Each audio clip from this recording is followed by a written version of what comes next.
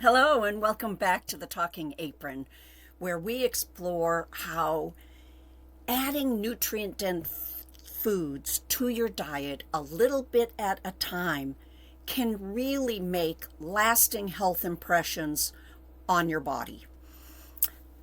I'm Anne Bernardin, your host of this podcast, a lifestyle and diabetes coach, and I also live with type 1 diabetes. So what are we talking about today? Well, I'm into all the vegetables. I want you to know more about why you need to eat your vegetables. And I'm not talking about taking out all that other bad stuff. I'm saying add in some of the good stuff.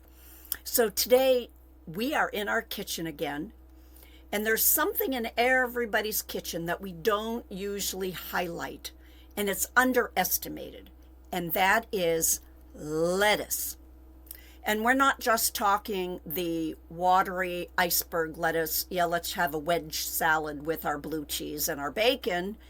We are talking about a lineup of a number of different types of lettuces and greens that can bring a more nutrient punch to your plate, with added texture and even some bold flavor to your meals. So lettuce isn't just a filler food. Yes, I'm one. I do use it as a filler food. If I'm really, really hungry, I'll put a lot of lettuce on my plate and then add that cup of chili and cheese and whatever, just so it staves off and makes sure I don't overeat. But here's where we want to take into consideration what we're eating in the form of lettuce. So we are going to talk about the powerhouse of vitamins, minerals, and fiber that is in our lettuce. So we're going to break it down into the top 5 varieties, and it's going to be going beyond the basic greens. Now, one of the top on the list, and this is after spinach and kale. But spinach and kale is not a salad. Yes, you can have a kale salad, and yes, you can have a spinach salad, but let's face it, that's not something you do every day. So what are the lettuces that I want to be talking about? I want to be talking about romaine. That is packed with vitamin A, which is great for our vision and immunity. It has vitamin K, which is great for our bone health, and it has folate, which is good for our cell repair. And it's nice and crispy. And that makes it perfect for salad and some of the wraps to hold our other food in if we so choose to say no to a bun or something like that. Next, we have up our butter lettuce. Now, we're going from 2 different varieties here. We're going from romaine, whose leaves have a nice big vein in it that holds itself, to butter lettuce, or it's called either Boston or Bibb lettuce. And it's known for its soft and delicate leaves, and it has a slightly sweet taste. It is very high, again, in vitamin A, but this one packs a little bit more of an iron punch, and this is perfect for sandwiches, wraps, and even grilled. But with butter lettuce, you are not going to pair it with something that's really, really spicy, because then it'll totally take away from the delicate flavor of the butter or Bibb lettuce. Next, we have arugula. Now, I'm not someone that eats arugula often because it has that peppery kind of flavor. And it's technically not a lettuce, if we're getting real technical here, but it's often used in the same way. And it does have calcium and folate, and it's high in the antioxidants. And one of the reasons the antioxidants is there, more so than the phytonutrients, is because of the color. And that supports our heart health and our digestion. And it also, you can work its way into some of the warm dishes as well. Next up, in the 4th kind of lettuce variety we're talking about, are the standard leaf lettuces, and we're talking green or red. They're not as delicate as the Bibb or the butter lettuce, but they're not as sturdy as the romaine. They are high in fiber. Yes, they have vitamin C and the iron, and it's Actually, both of those are one of the most versatile lettuces that you have because they're great for both salads and you can saute for a bit. Then we have endive and radicchio. These are slightly bitter greens and they're packed with the prebiotics. Yes, in previous episodes I've talked about our gut and how we need pre, pro, and postbiotics. The prebiotics is the food for the probiotics, if you get that. So great for gut health, and it's sturdy enough. If you cut the endive or the radicchio in half, it's sturdy enough to be roasted or grilled. And we'll be talking about some of those recipes a little bit later. Now, when we are talking about our lettuces, the darker the variety, is the more nutrient dense, while the lighter ones, like iceberg, contain a heck of a lot of water, but it's lower in our vitamins. All right, so next up on the list, those are the varieties that I want to talk about today, and that is not the full list, but it's just enough to get you started to start trying out some of these newer varieties that maybe you only eat iceberg. Well, venture into a new one. So there's nothing that ruins a fresh salad like a wilted, or I'll call it a rust spot. You know, when you cut lettuce and then it turns red or rusty or brown on the ends, or dirty lettuce. And here's how to get the most out of your greens. When you're washing, if you do not have a lettuce spinner or a salad spinner, what you're going to do is you're going to fill a large bowl with cold water, and you're going to swish the leaves around to remove the dirt and pesticides. Now, if you're a lady listening here and you're a lady of a certain age that likes to protect your intimate garments, speaking of bras, every time I wash my lettuce, I think of when I wash my delicates. I kind of put them in the bowl with the water and I scrub them around, but I don't scrub. We're not going to scrub our lettuce. We're going to gently soak them, move it around to get all that dirt and debris off, especially if it's come from your friend's garden. Oh, and I forgot, why are we talking about lettuce? Because it's springtime. There's so much lettuce that's starting to be harvested in the south and in the west, not quite yet in the New England or in the colder northern zones of the United States. But we're starting to harvest lettuce, and that's when we're really going to do a good job of washing and soaking. Now, what do we do after that? How do we store it so it stays fresh in our refrigerator? Well, we're going to wrap it in either a towel, and I recommend linen, not the fuzzy cotton ones you see for bathing, in a linen one, or wrap it in a paper towel. Then you're going to place it in an airtight container or a bag in the fridge. This prevents the sogginess and it extends the freshness. And do wrap the heads separately. So if you ever buy the romaine in 3 different heads, you do want to wrap them, and they will store so much longer in your refrigerator. Now, most people say they last 7 to 10 days.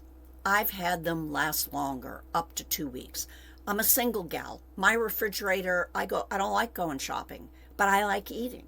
I like eating fresh vegetables. So if I buy a 3-pack, I can extend it some. All right, now how about cutting? You know that there are some people that tear only. Well, guess what? I don't listen to that. But I do. So here's the difference. For those crisp lettuce, like the romaine and the iceberg, yes, I do cut it into strips or blocks with a knife. I will store, like if I had a head of iceberg or romaine lettuce, I'm making something specific for the flavor, I will cut the whole head, but I know I'm eating it within 24 hours and having 2 big salads. I do not cut my lettuce way ahead of time. If I need to use only a half of a head of lettuce, then I'll cut it down the middle of the head and I'll store half the head wrapped in a paper towel. So those are the only kinds that I will cut with a knife to then store. All the other, for butter and leaf lettuces, green and red lettuces, anything that has more of a delicate nature, you're going to be tearing and making them in small enough pieces. And I'm saying small enough pieces because there's nothing worse than putting your fork into your salad and picking up this big piece of lettuce that has salad dressing on it, and then the salad dressing is dripping onto your silk blouse. I hate when I go to restaurants and they don't prep their lettuce appropriately. Drives me nuts, because I do not like salad dressing going on to my finer tops when I go out to eat. Now, the arugula and baby greens, they can be left whole, or you can lightly chop them, depending upon what your recipe calls for. So, I mentioned something in the title, if you paid attention to the title, about cooking lettuce. What? You can cook lettuce? Yes.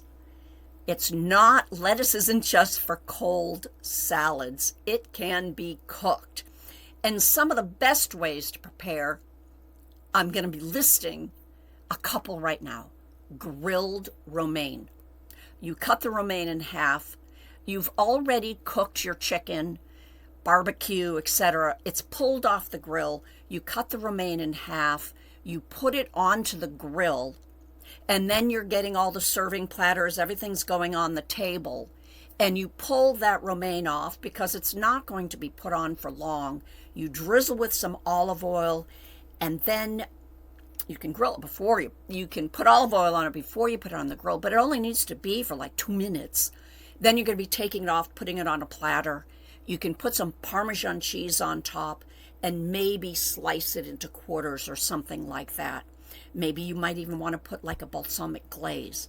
So yummy, just for a different kind of variety. Then there's sauteed butter lettuce, and you heard me right. Put a little butter into a saute pan. If you want to add garlic, add garlic. Then you're going to throw in your butter lettuce, whole leaves if you'd like, not cooking it long. It'll wilt just a tiny bit, heat it up, and put it on your side plate, and you've got a different way. And you don't have to think of a salad as tomatoes, onions, celery, carrots. No, just get a head of butter lettuce, throw in a saute pan, put it with a piece of fish, have a nice rice pilaf or a nice whole grain with it, and you've got a terrific meal. And you have nutrients in the lettuce. Then we have the wilted arugula or the leaf lettuce, the green or the red. And really what you do in that is like you use spinach. When you have a warm soup or a pasta, I sounded like I was from Boston. I said pasta. If you have a pasta, you can then throw in the chopped leaf lettuce or the wilted arugula, and you'll throw it in and it just cooks real quick before you go to serve. So it just adds that nice green element to your pasta sauce or your soup, and it just adds that nutrient boost. Then the last we've got is the braised endive and radicchio, and the cooking mellows the bitterness. That's right. I'm not one for radicchio, but I have tried it, and it does mellow the flavor, that bitterness. And remember, it's a good gut vegetable, so it's perfect for a side dish. All right, so how can we use lettuce creatively so it's not just a salad?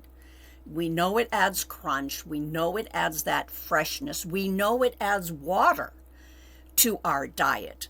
So what can we do?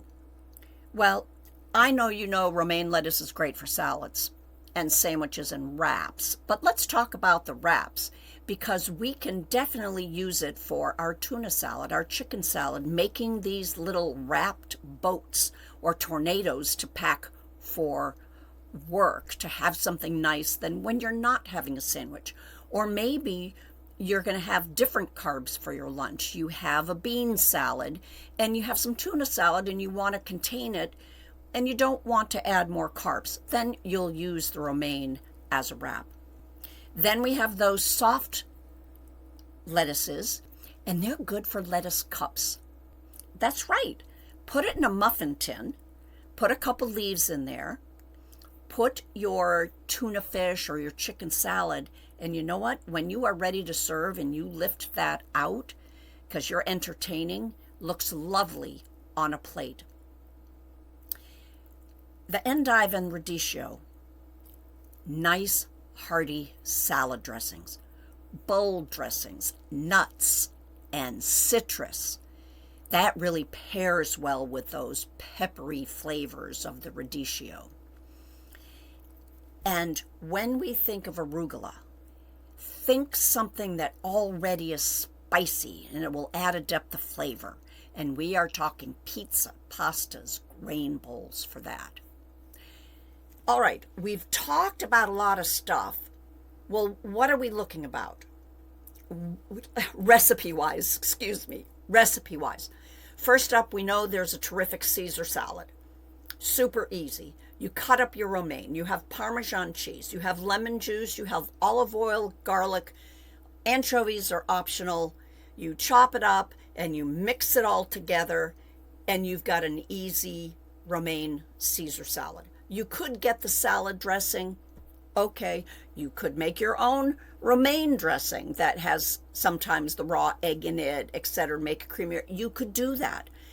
But a classic Caesar salad is made with romaine. I talked about the lettuce wraps. Well, let's add the Asian twist.